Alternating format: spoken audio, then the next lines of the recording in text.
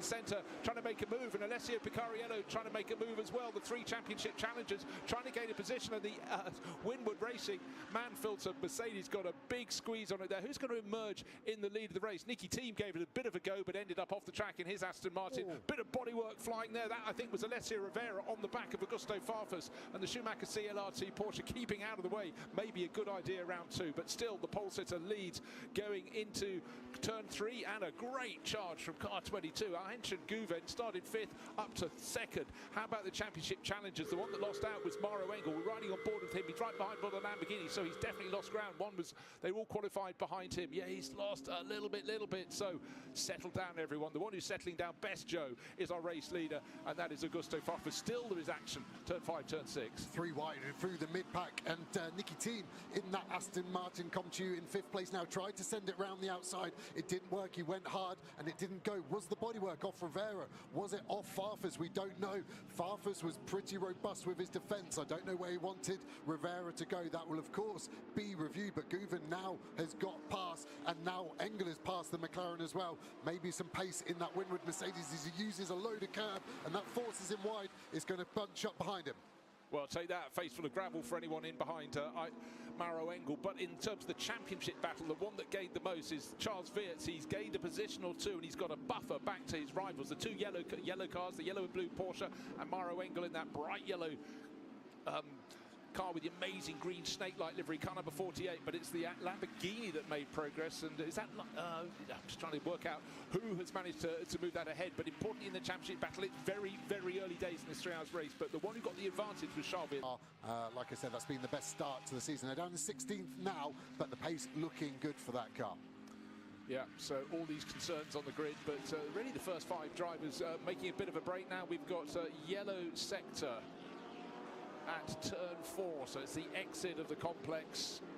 Yeah, it's the 991 Paradine car, isn't it? Okay, that's who's on board that? I think it was Darren Lung at the start of the race. Correct. Yes, it was. So he's getting out, he's looking down. Oh, why is it smoking? Let's. So we're on board with him now. 2 corners. We just got hit very hard. That's going to be rear left suspension. Is that our guilty party? The 88 Tresor Attempto Audi? You would say yes. We're going to listen in to this car as well. What did Darren have to say about that?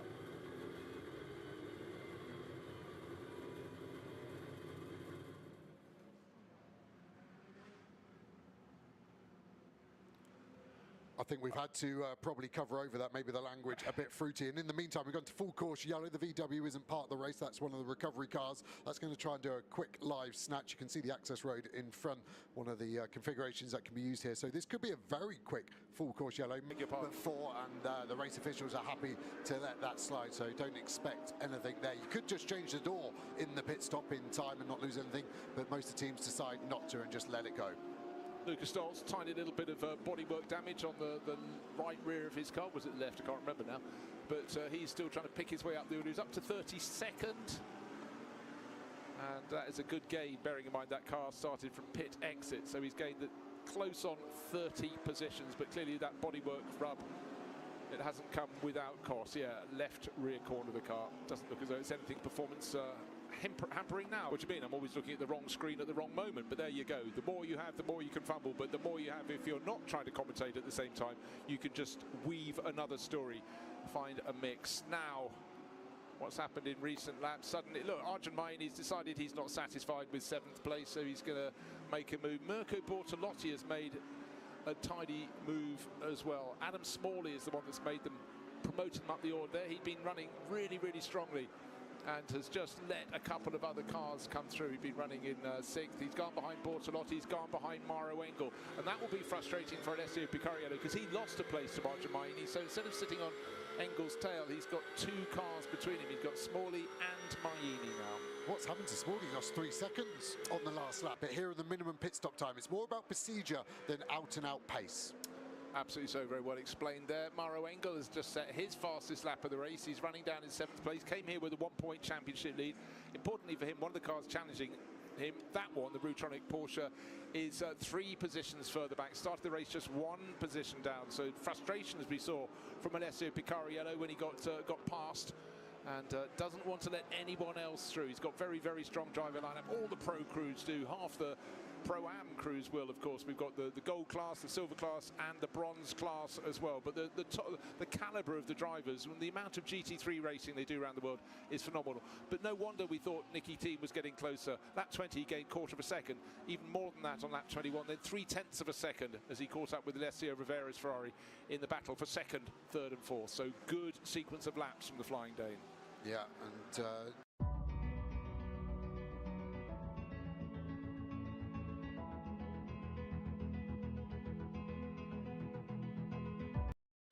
now probably getting close enough to think about a move as we jump on board with him. The McLaren edging away in the straight line. The Porsche historically very strong on traction, of course. The flat six engine slung in the rear bumper, so when you get on the throttle, the rear squats down and gives those rear tyres some nice performance. There you can see the pace. It has ebbed and flowed, but now the last 2 laps, 4/10 gained on each of those laps on Smalley. So this could be a battle as we get towards the end of this stint.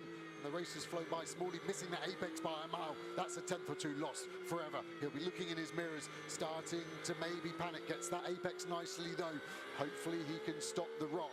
Look down the order of who could potentially do some jumps if they stay out. Merrill Engel's pace has remained strong throughout this stint, so he could be looking for an overcut. You can see him just coming onto the pit straight there, still tucked up behind Bortolotti there in the Lamborghini, and Schiller just sticking on the rear bumper, and that's no mean feat. No one else did that in the opening stint. I've already said about why he's able to do that. Guven now starting to get some traffic. It's this another Porsche, isn't it? It's the Herbert Motorsport car that doesn't want to get put any further down the order. Going back on board with the 51 car of Rivera. Watching the balance, the car looks lovely. Snap of oversteer there over the curb, and as soon as I've said the balance looks lovely, it looks pretty lively all of a sudden. The rear tyre starting to drop off now.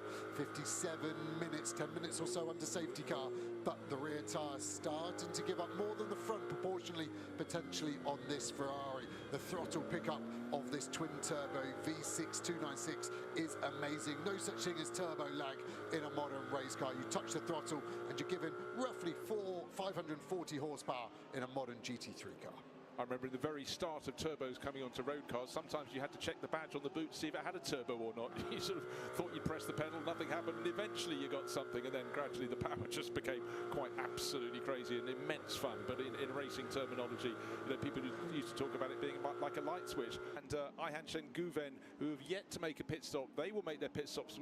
They were second and third, but remember that Aston Martin will be getting closer and closer. So out onto the track. And look how much time the Aston Martin has gained. So it's right on the tail and may even be able to sneakily try and take the lead going into the second sector of this race. Around the outside at turn 2, will he be able to make the move stick? No, the outside is pushed very wide indeed. And Jesse Krohn won't be welcome on the outside. Wow. So let's try the inside. What a great move. A little bit of contact there, a little bit of bodywork going up. But that could be the move of the race. Well, let's wait and see. That is a move, and that's the illustration. Schiller was showing us visually the undercut, new tyre strength, and that's why they rolled the dice. And Drudy there, because he's 4 laps into the stint, he's able to just get straight on it. Yes, a Krohn there on his outlap, rudely assaulted. I think it was a hard but fair move. I like to see it, and I think Drudy knew it had to be then, because the fresh tyre will now swing back in favour of the 98 BMW. But ComTu have track position, and I think that's more important. So BMW has just left pit lane. Tyres should be okay temperature-wise. They're out the other. Drudy now looks like he's going around the outside. He cuts the inside. This is that blind spot, the dive bomb overtake I was talking about. Krohn tried to block the inside, but Drudy thinks there's enough space. Places that Aston Martin advantage there. He might have lost his front right dive plane there. You can see the carbon flick up, and it's not the biggest piece of carbon on the front of the Aston. It won't be a disaster, slightly more understeer, but better straight line speed, so there is a trade-off. It's good to look for the silver lining there, but yeah, he's streaking clear now, Matthias Drudy, as you say, with 4 laps more heat into his tyres. Jesse Krohn not wanting to make a mistake, but in the smallest of margins, and you've got to go for a gap. Of course the gap wasn't as wide as the car width, it was about half a car width, but that was considered enough by Luca's boy. And Matteo Drudi, second-generation Italian racer, just a racer through and through. He wasn't going to leave that gap. He went for it, and he's got ahead of the car that was leading the race comfortably. It's advantage of being clawed back. Come true, but yeah, look, thank you very much. Doesn't feel like 40. It's great to be here, be on this grid with all these talented drivers, and as long as I can mix it with them, you know, and challenge for podiums and wins, I'm happy. You'll be here for many years to come. Thank you, Mauro. Well, it always happens. Great interview there with Mauro Engel. Thank you very much, Alex. While we have an interview, something always happens. We've suddenly had the Ford of Jan Mardenborough gaining 2 positions. He jumped ahead of Hugo de Wilde and also ahead of the Rutronic Porsche of Sven Muller. So that's been a phenomenal lap for the Ford, and the Ford is finding more and more pace through this race. Brilliant opening stint for the number 64 car from the Hout Racing team by Arjun Maini, and it's carrying on in that vein. So suddenly we've got 2 championship challenges really close. But at the moment, you have to say that Hugo de Wilde, as the 911 of Pure Racing, goes for a spin for Richard Leach. You almost never see that from Richard. Maybe he was given a helping hand down into turn 1. So there's a lot of changing. So a helping hand may come from the car sitting in behind it, and that's the number 17 car that's had its own battles. Of course, we saw Jules Gournon is being held back for the final stint, but Richard Leach is being given a bit of a push and a shove there by Fabian Schiller. Muller has got ahead. No, beg your pardon, Muller is in behind Hugo de Wilde, but the group of cars coming up to challenge them, and McLaren's coming to the mix. Joseph Loke will be coming into shot very shortly, just is there. He's trying to catch up with Chris Lullum and see what they can do about the cars ahead, but suddenly, early in this second of the 3 stints, we're having lots and lots of place changing, and for all sorts of reasons, so it seems. Yeah, and here's Joseph Loke on the charge. Had a really good qualifying session lap time wise, but then got given a penalty for contact during the qualifying session. 5 grid place drop, but we're used to seeing this Joseph Loke driven car being fast now. He's only 20 years old and has jumped in this GT car. Speaking to Rob Bell, who we spoke to on the grid, and he really likes Joseph Loke and wants to try and keep him in the McLaren stable, as Jesse Crane has dropped slightly off the back. Obviously, we had the traffic with the Audi almost exactly a lap ago, but the pace has been going in the favour of this Rover BMW at the moment. He's also got 0 track limit warnings on his stint. Drudy only the 1 in front, and then Abril behind has had 2. So track limits not so prevalent here at the Nürburgring compared to some of the circuits which we visit. But it's all about building, and you have to say suddenly the Ford's looking a lot more attractive, looking as teams consider what they might want to run in 2026. There's never any static performance in GT3 racing. Everyone is developing at a different cycle time, and certainly been exciting days. I came across on a plane with a certain Kazuki Nakajima. Of course, he's looking after all of Toyota's action. And at Goodwood early this year, we saw the GT3 concept car. Will it race, will it not? I tell you what, it looks absolutely magnificent. But again, they might come in, it might take a year, might take 2 years, might even take 3 years to find a car that can challenge at the front of these races. But the more manufacturers, the merrier. We always work with that principle. We've got 10 here among the 61 cars that were entered for this race meeting. 59 started. Oh, there used to be a phrase, high, wide and handsome. That is wide, and handsome. And my namesake Brian Jones at Brands Hatch would have been saying that, but that's Joseph Loke, who'd been going so well, picking his way up the order, but I'm afraid that's squandered a handful of positions, and here comes the grandstand. Oh no, it's the hotel. Right, avoid the hotel, back onto the circuit. There was contact there. Which car was on his inside? He was trying to go round the outside, which is always a high-risk manoeuvre, but it was hard to call from that onboard angle there anyway. Yeah, the next few laps will be interesting. The previous 8 laps they've had traffic, so it's been hard to tell the true pace. But it looks like they should be clear for the next 2 to 3 laps. So we'll get an illustration.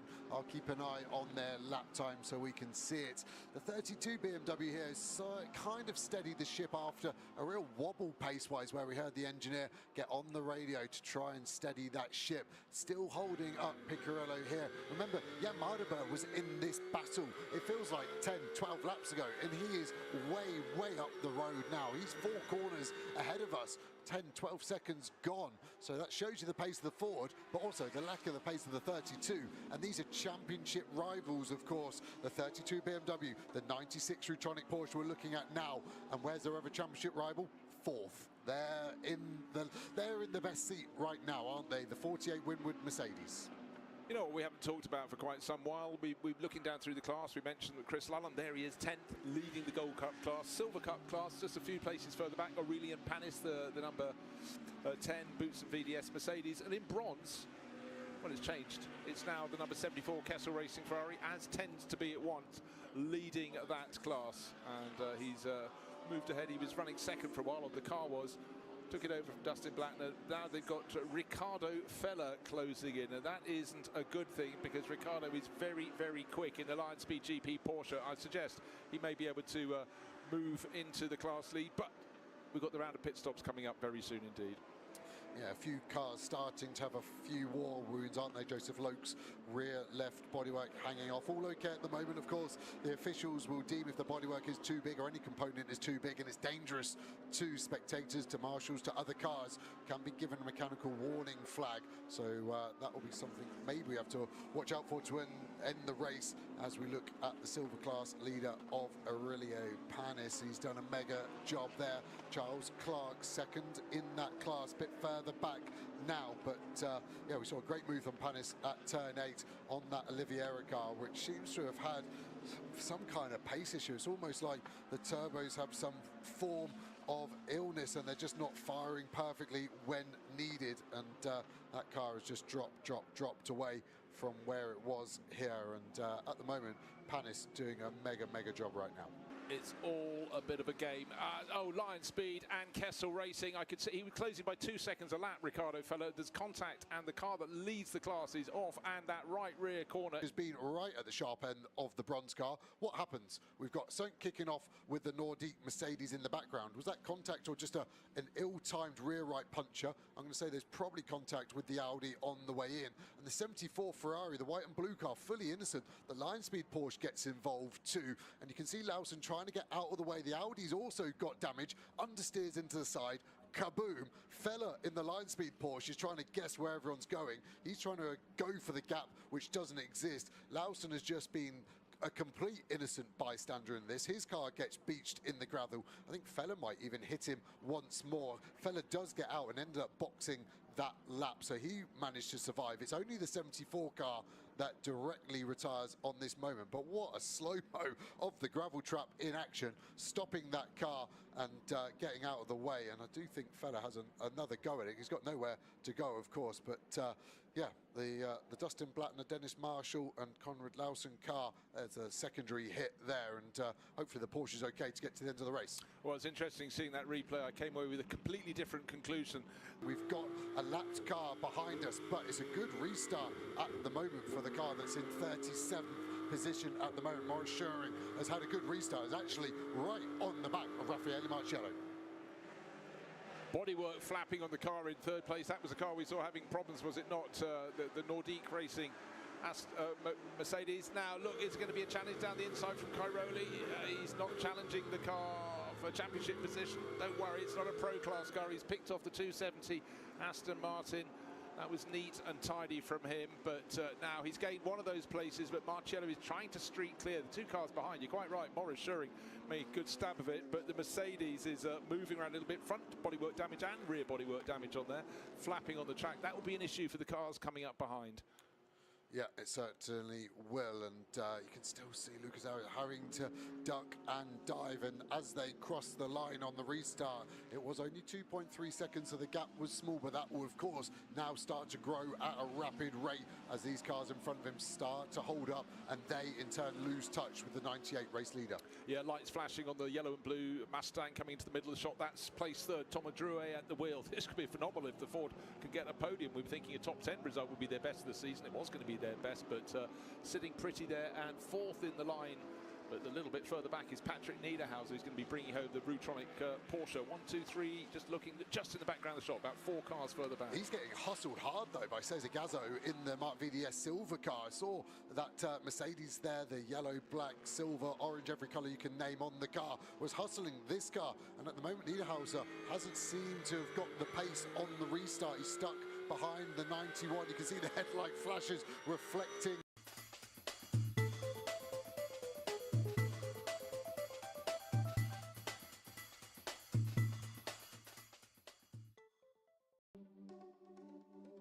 At GoDaddy, we know your website is the center of your online business. Help protect it from online threats with website security. Every GoDaddy plan comes with an SSL certificate that'll protect your customers' sensitive data, along with daily malware scans and a firewall, all of which you can manage from one place. A protected site will also help your search ranking. Get peace of mind for your online in the on the rear bumper of that 91 car, and he's trying to get past. Same for Dure in the Ford Mustang. The safety car has helped some, but now it's a frustrating help. Certainly is, right. Very, very positive move there from third driver into that 48 Mercedes, and that's Lucas Auer. Every position he can gain gives him clearer sight of Raffaele Marciello, but as Marciello goes on to lap 64, his margin over Auer is 2.7 seconds. We'll keep an eye on that over the next few laps, but certainly still some cars between them on the track. That's the complication for Lucas Auer. Yeah, and it's going to now just be how much risk versus reward. If it's a single race, that changes everything. He's thinking championship more than race result. He's second. That's a great result to get on the podium. There's the move going to be. Could be into turn one. The McLaren very quick in the end of speed trap into turn one. So one more corner to go. This is the last corner at 17. Kirchhoff will just be looking for a clean run out of here. Can't really do a late apex here. The grip is all on the inside. Not really able to manipulate much. Where is he? He's actually dropped off the back. It's Backler that's closer to Heinrich that's closer to the back of Pepper now as we see those top speeds. And McLaren is second, but the Ford is fastest. Fastest and fourth fastest, so both of those cars looking very good. Fantastic shot there, giving the location of the circuit high in the Eiffel Forest, the trees all around, brilliant racing surface. And this today it's been absolutely phenomenal. And then suddenly we've got contact between Cesar Gazzo, silver class leader. He's just taken out Alessandro Pierguidi. He's about to lose a position to the Aston Martin. It's it's the 52 car, I beg your pardon. It was, oh dearie me, so that it was, I beg your pardon, Alessandro Pierguidi, you can carry on in your position. Of course, you were in front of Cesar Gazzo by, well actually, at the start of the lap by 5 seconds, so they wouldn't have been close enough for that. But that high shot slightly threw me, but the car that was thrown, luckily, isn't one of the front runners.